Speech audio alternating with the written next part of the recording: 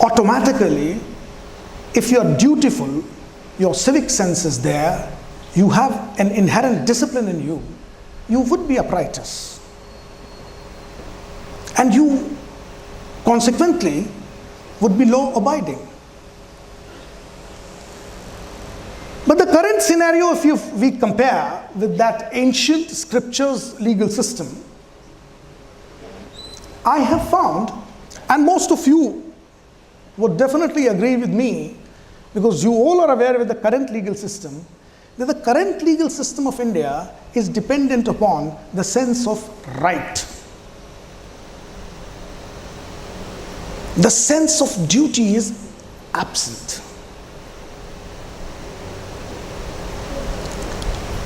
Now see the paradox. The Constitution of India, as originally promulgated, did not have even a chapter or an article on duty. And in the year 1976, with the 42nd Amendment, when the Article 51A with the chapter was brought in, it was just a decorative article. That ornamentation, just because we wanted something like a duty to be inserted into the Constitution of India, and if I ask, most of us will not even know how many duties are there in the Article 51A. And those duties are also not enforceable. So we are not bothered. The entire country is busy proclaiming rights. हमारा हक है.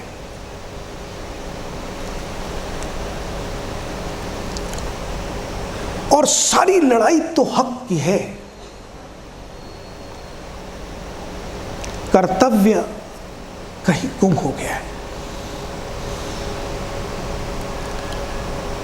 उस कर्तव्यशीलता का एहसास नहीं होने से ही तो सारा प्रपंच है.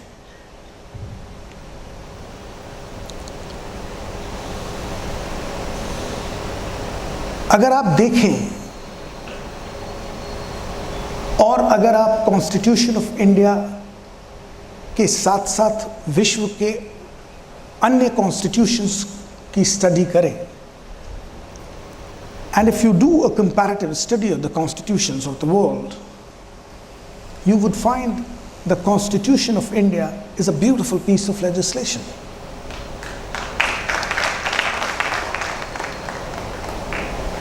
After having read it many a times and comparing it with other constitutions of the world, I found that I am yet to come across a better constitution which attaches such high degree of human dignity to its citizens, which even the developed part of the world, those countries do not attach that dignity to their citizen.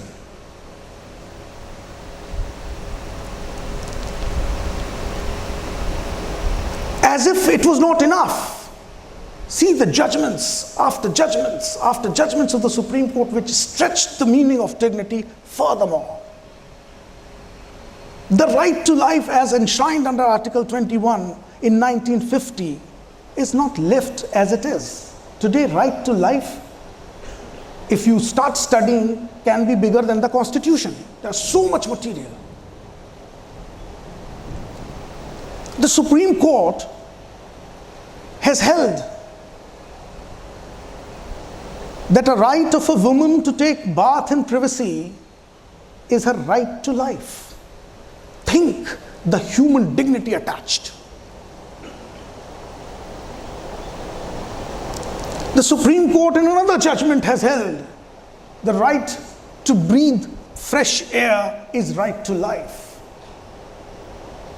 Right to have a drinking water is right to life. And in one of the judgments attaching human dignity to women, I challenge you that in the literature you will not find a better definition of a woman which the Supreme Court of India has given. The facts of the case were about outraging the modesty of women. And the defense was that the accused did not even touch the victim. And the Supreme Court said that there is no necessity for outraging a modesty to have a touch. Even a vulgar look in your eyes towards a woman is outraging her modesty. Because the definition of woman given by Supreme Court is, and I'm yet to come across a better definition even in the literature. And the Supreme Court says, a woman is modesty personified. Can you beat it? The very persona is modesty. And it is capable of being outraged by sheer sound, by sheer look. It is not dependent on a touch. See the dignity attached to a citizen by our Constitution and by our Supreme Court. But then the question comes, with this masterpiece of a legislation which our legislative forefathers gave us, do we deserve it?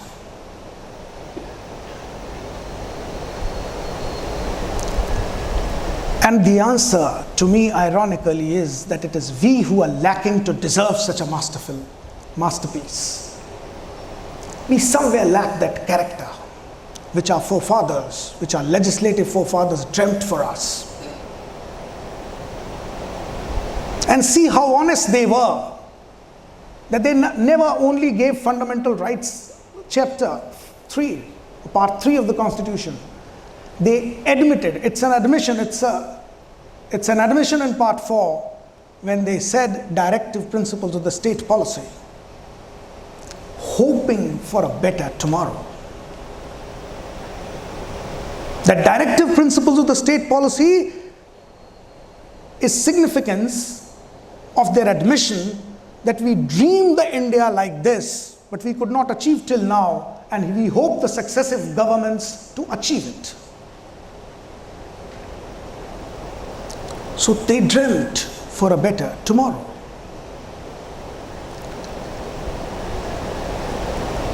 And I agree that since 1950 we did a lot of betterment.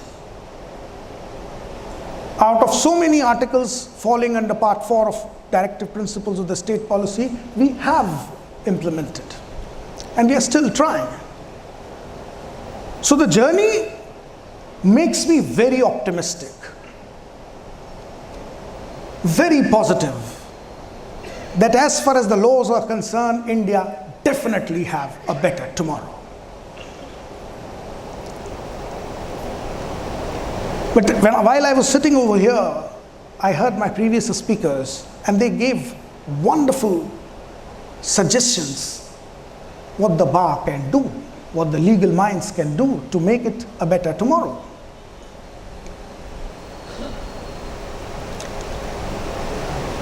And I, while listening them, felt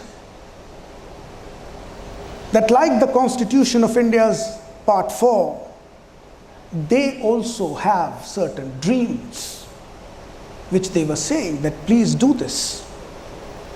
So the responsibility is on our shoulders to fulfill those dreams. Because they have experienced both sides of law, from the side of the bar as well as from the side of the bench. And with their experience, if they implore upon us that these are our suggestions, don't stop yourself for recovering the fee, but do something towards the service and toward the service of law. maybe we in our generation will start feeling that better tomorrow.